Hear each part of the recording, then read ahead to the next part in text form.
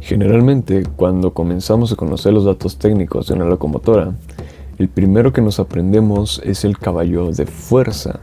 Esto es porque, al menos aquí en México, regularmente venían escritos esos datos al costado de la locomotora, es decir, el caballo, la cantidad de caballos de fuerza, seguido del modelo de esa misma locomotora.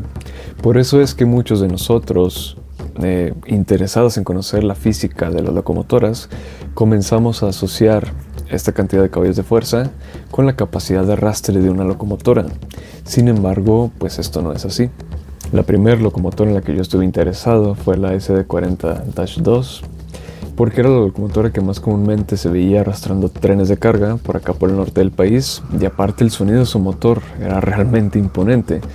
Entonces yo quería ver si esa locomotora realmente era la más potente que yo veía, ¿no? Yo la consideraba la más potente simplemente por el sonido. Cuando comienzo a investigar los datos técnicos, lo primero que me salta a la luz es el dato de caballos de fuerza, 3000. La misma investigación, la misma búsqueda me va llevando a conocer los datos de una GP38, por ejemplo, de una GP40. Y es ahí cuando yo empiezo a comparar los caballos de fuerza entre estas locomotoras. Me doy cuenta que la SD40 y la GP40 tienen el mismo caballaje, tienen los mismos caballos de fuerza. Y entonces yo deduzco que pues las dos pueden transportar o remolcar la misma carga, mientras que una GP38 pues se queda atrás porque tiene 2000 caballos de fuerza.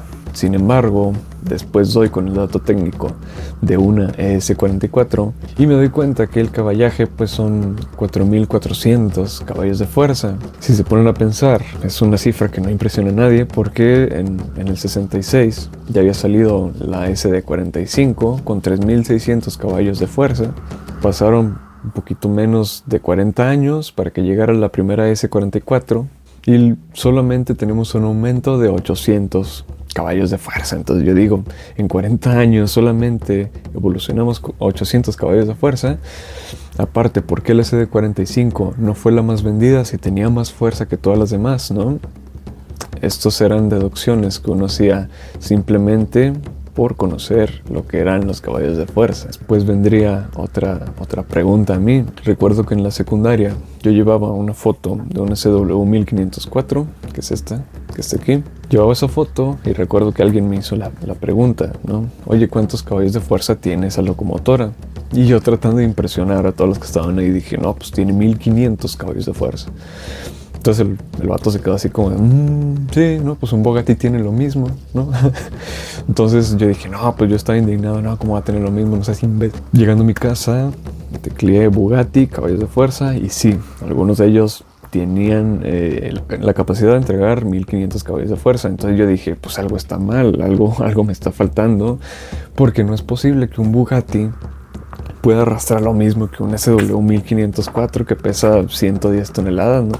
Entonces, pues bueno, fue de esta manera en que fui indagando un poco más y fue lo que me llevó a meterme a la Facultad de Ingeniería Mecánica y Eléctrica. Y es por eso que entendí los conceptos que abarcan lo que es la física de las locomotoras.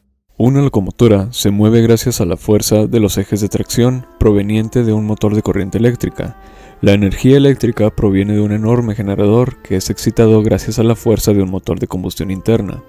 Estamos hablando prácticamente de una máquina de transformación de energía.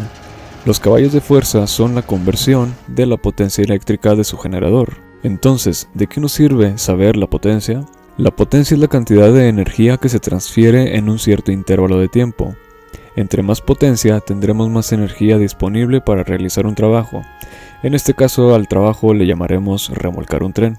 Por ejemplo, un tracmóvil, que es un vehículo de tracción muy pequeño comparado con una locomotora, puede remolcar a lo mejor unos 20-25 carros sin problema, dependiendo de las condiciones del terreno. Sin embargo, es muy probable que si va un güey caminando a un lado, lo rebase. El tracmóvil va muy lento.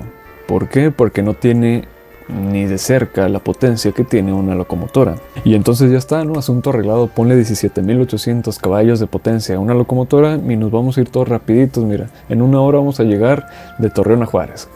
Porque va a ir muy rápido, ¿no? Sí, pero no. Supongamos que sí se inventa una locomotora con 17.800 caballos de potencia, ¿no? Puedes ir muy rápido con esa locomotora. Pero si no tienes el dispositivo que agarre toda esa energía, toda esa potencia y la convierta en fuerza, estás frito. Escuchemos un pequeño fragmento acerca de la historia de la carrera de caballos de potencia que sucedió entre las marcas fabricantes de locomotoras en los años 60. La GP35 sería la última locomotora en salir de la fábrica con el motor 567, aumentando hasta 900 la máxima de revoluciones por minuto. Finalmente igualó a la competencia, con 2500 caballos de potencia. Sin embargo, debido a esto, los motores de tracción D57 eran energéticamente excedidos, por lo tanto, era muy común que patinaran.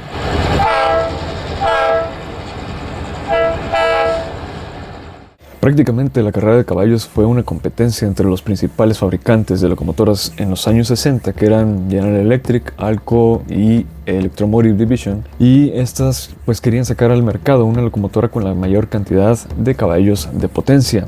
Sin embargo, pues para AMD esto no resultó, sacó al mercado esta GP35, traía otras fallas, esta no fue la única, pero fue el primer modelo en mostrar un exceso de potencia para los motores de tracción en aquel entonces. Estamos hablando de que del modelo GP30 al modelo GP35 le aumentaron 500 caballos de potencia. Y esto fue suficiente para que la GP35 pues se hundiera en el fracaso, ¿no? Y podrán decir ustedes, pues bueno, ¿a poco por 500 caballos de potencia nada más se fue al carajo esta locomotora? Dimensionemos que son 500 caballos. Un caballo de potencia en el Sistema Internacional de Unidades equivale a 746 watts ya redondeando sus decimales, por lo que 500 caballos de potencia equivalen a 373.000 watts. Una casa promedio en México está preparada para soportar aproximadamente 4 kilowatts, y esto es ya teniendo una carga eléctrica excesiva, por lo que 500 caballos de fuerza o 373.000 watts pueden proveer de energía fácilmente a 93 hogares. Sin entrar en tanto detalle, volvamos al ejemplo de las GP40 y SD40. Ambas cuentan con 3.000 caballos de potencia, es decir, que ambas producen la misma cantidad de energía. Sin embargo, debido a la cantidad de ejes tractivos, peso y su distribución que son diferentes, obtenemos una cantidad muy diferente de fuerza de tracción. En resumen, tenemos la misma cantidad de energía distribuida en proporciones diferentes. Ahora hablemos de la evolución de las locomotoras. La SD42 fue el hit del siglo pasado, con 3.000 caballos de potencia. La ES44 es hasta hoy el hit de los últimos años, con 4.400 caballos de potencia. En 30 años hubo un aumento de 1.400 caballos de potencia. Sin embargo, el verdadero cambio se vio reflejado en la fuerza de tracción, que aumentó 300.000 newtons. Estamos hablando de que una S44 tiene un poco más de capacidad de arrastre que una GP40 y una SD40 juntas. Para finalizar este video, pues solamente dejar en claro que la potencia no nos va a indicar cuál es la capacidad de arrastre de una locomotora. Esto va a estar muchísimo más ligado a la fuerza de tracción que posee cada modelo. Para definir la fuerza de tracción tendríamos que meternos a muchas variables como lo es el coeficiente de fricción, de adhesión, peso, distribución del peso, etcétera, ¿no? Estos datos de fuerza de tracción ya los podemos ver en los datos técnicos que vienen en internet de cada locomotora. Entonces, si queremos ver cuál es la capacidad de arrastre de una máquina, vamos a centrarnos en la fuerza de tracción, y la potencia la dejamos como la energía que tenemos disponible para convertirla a fuerza.